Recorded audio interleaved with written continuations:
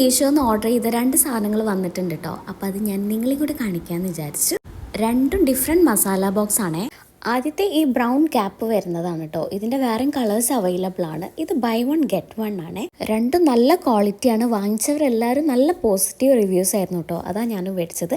ഞാൻ അടുത്ത് കൊണ്ട് കാണിച്ചു തരാം. ഇങ്ങനെ 4 കമ്പാർട്ട്മെൻ്റ് ആയിട്ടാണ് വരുന്നത്. കൂടെ 4 സ്പൂണും വെച്ചിട്ടുണ്ട്. അത്യാവശ്യം നല്ല സ്പേസ് ഉണ്ട് കേട്ടോ.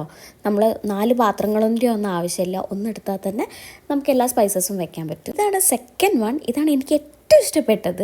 ഇതാണ് ഫസ്റ്റ് ഞാൻ ഓർഡർ ചെയ്തത് കേട്ടോ. 1000+ ആളുകൾ മേടിച്ചിട്ടുണ്ട്. നിങ്ങൾക്ക് കാണുമ്പോൾ തന്നെ മനസ്സിലാവും നല്ല പ്രീമിയം ക്വാളിറ്റിയിലാണ് കേട്ടോ വരുന്നത്. ഒരുപാട് പാത്രങ്ങൾ വെക്കണേക്കാൾ നല്ലത് ഇങ്ങനത്തെ നല്ല ഭംഗിയുള്ള ക്യൂട്ടായിട്ടുള്ള ബോക്സ് വെക്കുമ്പോൾ നമ്മളെ കിച്ചൻ്റെ ഭംഗി ഒന്നും കൂടെ കൂടും അല്ലേ.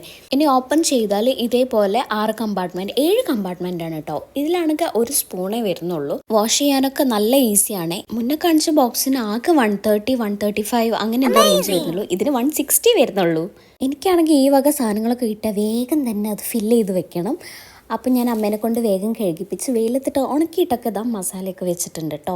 കശ്മീരി മുളക്, സാദാ മുളക്, മഞ്ഞൾപ്പൊടി, ഉപ്പ് അങ്ങനെയാണ് ആദ്യത്തെ ഇതിൽ വെച്ചിട്ടുള്ളത്. രണ്ടാമത്തെ ബോക്സിൽ ഈ കാണുന്ന ഐറ്റംസും വെച്ചിട്ടുണ്ട് കേട്ടോ.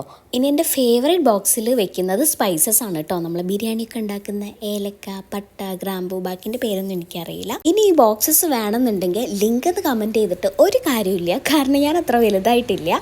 വേണമെന്നുണ്ടെങ്കിൽ ലിങ്ക് ഞാൻ ഡിസ്ക്രിപ്ഷനിൽ ആഡ് ചെയ്യാം കേട്ടോ. ഇതിങ്ങനെ ടേൺ ആവും എന്നുള്ളതൊക്കെ പിന്നെ മനസ്സിലായത് കേട്ടോ. എങ്ങനെയുണ്ട്, നല്ല ഭംഗിയില്ലേ കാണാൻ. അപ്പോൾ ഇത്രയേ ഉള്ളൂ. ബൈ.